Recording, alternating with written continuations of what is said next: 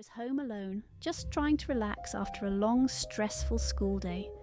My parents were out of town for the weekend and my older brother was at his girlfriend's. It was supposed to be a quiet night in, catching up on my favourite shows and then studying. Around 8 p.m, my phone buzzed. It was a message from Jenna, a friend from school who had been acting increasingly weird lately. We'd been mutual friends, or even just associates, you could say. Point is, I wouldn't even know this girl if it wasn't for my friend Amy always inviting her over to our lunch table. But recently, she'd started showing up unannounced and sending messages all the time. Tonight, the message read, "Hey, I'm outside. Let's hang out." I was caught off guard. I hadn't invited her over, and honestly, I needed some time alone after failing 2 of my classes that semester. If my parents found out I had company over while on punishment, I knew that Jenna would be the least of my worries. I texted back, "Sorry, not tonight. I'm grounded because I flunked Mr. Smith's class, remember? Maybe another time." Jenna replied quickly, "Oh, come on, I'm just down the street. It'll be fun." I didn't respond, hoping she'd get the hint. I went back to watching TV, trying to ignore the uneasy feeling settling in my stomach. But then I heard a knock at the door. My heart skipped a beat. It was dark outside, and the last thing I expected was someone to just show up. I looked through the peephole and saw Jenna standing there, looking through the glass with a big sinister-like smile. I felt a pang of anxiety. I didn't want to open the door, but I also didn't want to be rude, and I didn't answer the door and tried to focus on something else. A few minutes later, I heard another knock, louder this time. I stayed put, trying to stay calm. Jenna started calling out, "Come on, open up!" "I just want to hang out." The knocking continued, interspersed with her increasingly desperate pleas. I felt trapped. It wasn't just the knocking, it was the unsettling feeling of this girl that I'm not even too close with, trying so hard and persistently to spend time with me. I went to my phone and called my brother, but he didn't answer. I texted him a quick message explaining that Jenna was outside and I was uncomfortable. I considered calling the police, but hesitated, unsure if this was serious enough yet. The knocking and calling kept going. Jenna's tone had shifted to a mix of frustration and sadness. "Why are you ignoring me? I just want to be friends." It was eerie, like she was feeling miserable and lonely. Then I heard the sound of something scraping against the door. My blood ran cold. I peeked through the peephole again and saw Jenna trying to push something through the gap, a small wooden stick. She was trying to force the door open. That was enough for me. I called 911, keeping my voice low as I explained the situation. The dispatcher told me to stay calm and lock all doors and windows, and that officers were on their way. I went through the house, making sure everything was secure, and moved to the back room, where I could keep an eye on the front door from a safe distance. Jenna's pleas became more frantic and she began banging on the door. I could see her shadow through the frosted glass. The minutes dragged on, each knock making my anxiety worse. Finally, I heard sirens outside and Jenna's banging stopped. I watched from the window as the police arrived and approached the front door. Jenna tried to explain, but the officers were firm. I could see her face red and tear-streaked as she was taken away. The police came inside and made sure everything was all right. They said Jenna had been acting erratically and that I did the right thing by calling them. After they left, I locked the door and took a deep breath. I spent the rest of the night shaken but relieved. The idea that someone I've barely interacted with could become so obsessive and frightening was hard to digest. The experience left me more cautious about who I let into my life and reminded me that sometimes what seems like a harmless visit can quickly turn into something much more unsettling.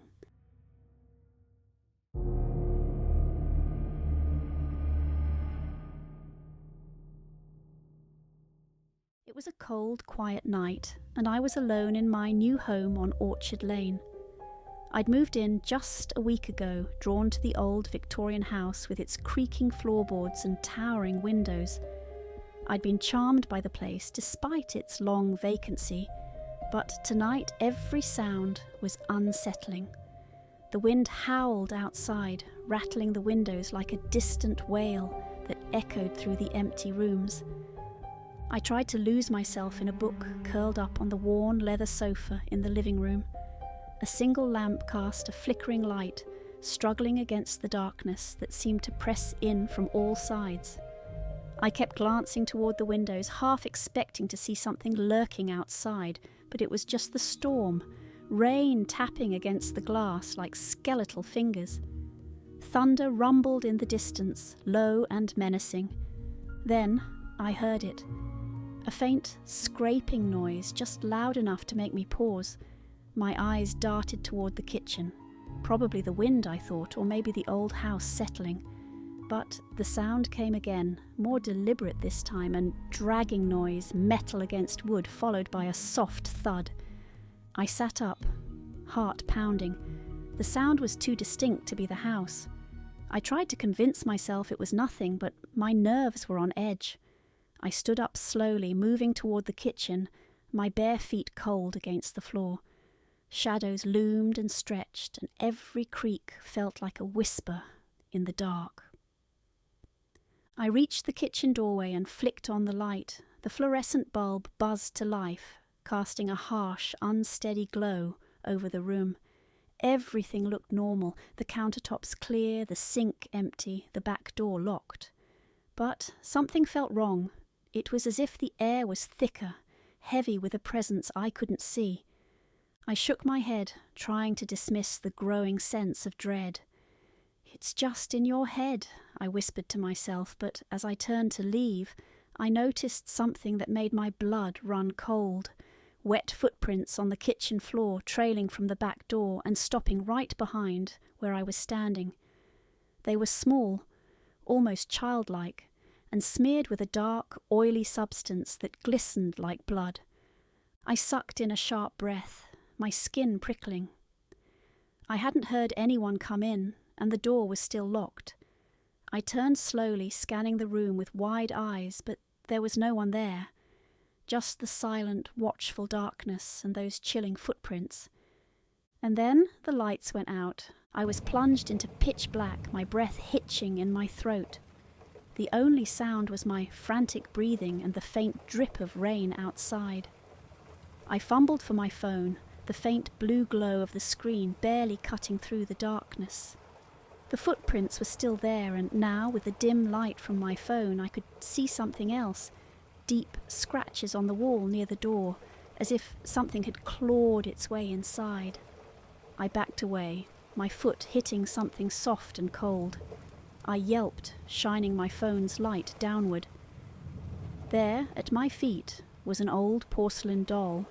Its cracked face stared up at me with lifeless eyes, the kind that seemed to follow you no matter where you went. The doll's dress was stained with that same dark substance, sticky and wet. My pulse quickened. I had never seen the doll before. My thoughts scrambled for an explanation, but before I could process, a loud crash came from upstairs. I jerked my head toward the ceiling, hearing heavy, frantic footsteps pacing above me. Someone was in the house. I stumbled back into the living room, my mind racing. I had to get out. But as I reached the foot of the stairs, I froze. The air was thick with the smell of rot, a nauseating stench that made my stomach turn. Slowly I lifted my phone, aiming its light up the staircase. At the top, barely visible, stood a figure, hunched and skeletal, wrapped in a torn, muddy nightgown. It lifted its head, and I stifled a scream. Its eyes were empty, black pits, devoid of any life but brimming with malice. A twisted smile spread across its face, revealing jagged, broken teeth. In its bony hand it clutched a rusty knife, dragging it along the banister as it took a step toward me. I didn't think. I ran, bolting out of the house into the storm. Rain pelted my skin, cold and biting, but I didn't stop. I sprinted across the yard, my heart hammering as I reached my neighbour's door. I pounded on it desperately, praying someone would answer. When the door finally opened, I practically fell inside, gasping and shaking. The elderly couple who lived there stared at me in confusion, their eyes wide with concern. I tried to explain, but my words tumbled out in a jumbled mess. "There's someone in the house," I gasped. "A woman, she's—" The old woman looked at me with a sad, knowing expression. "Sweetheart," she said gently, "that house has been empty for years. No one's lived there since the accident." I felt my blood turn to ice. "What accident?" She hesitated, glancing at her husband before speaking. "The family that lived there, they were murdered. A mother and her children. It was awful. No one ever found out who did it. People say the house is haunted." I turned to look back at my house, but in the rain and darkness, it stood silent and still, its windows like dead eyes watching me. I knew I hadn't imagined it. The house was alive in some awful, twisted way, and whatever was inside wasn't done with me. I wasn't alone, and I never would be.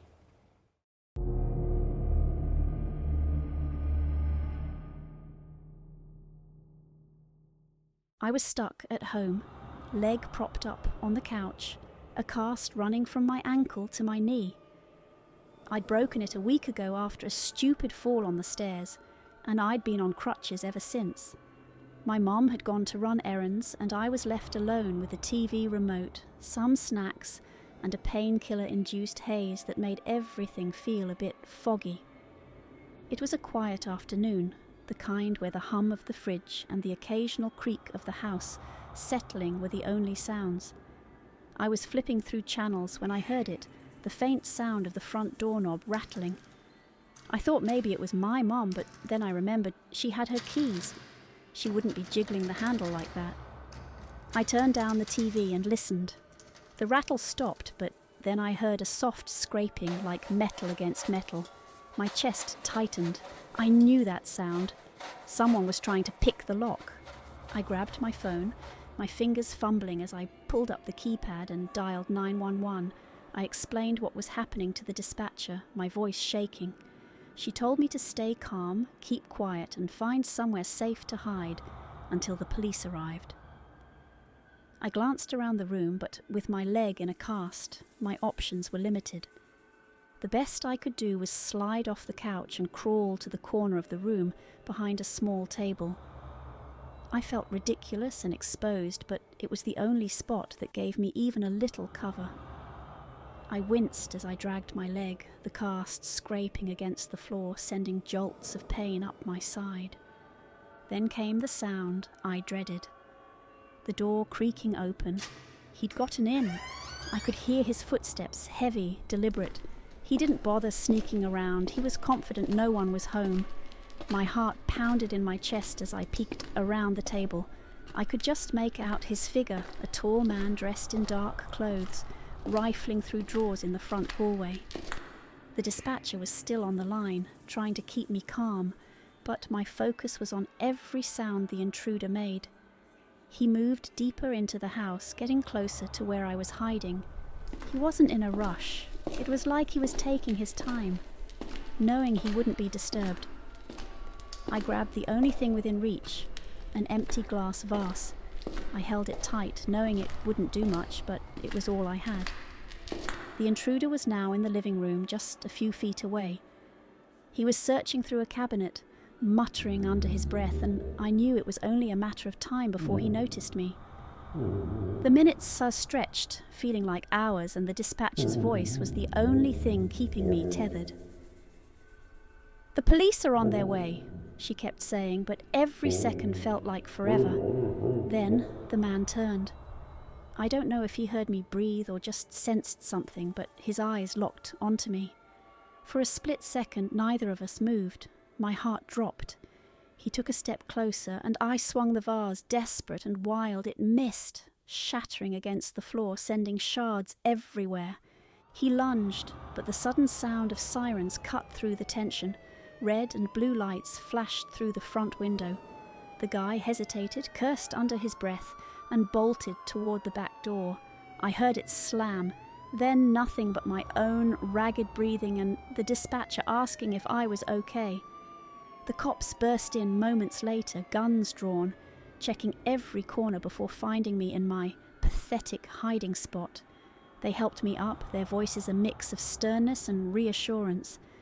The intruder was gone, and they didn't catch him, but they promised to keep looking. I stayed at a friend's house after that, too rattled to be home alone again.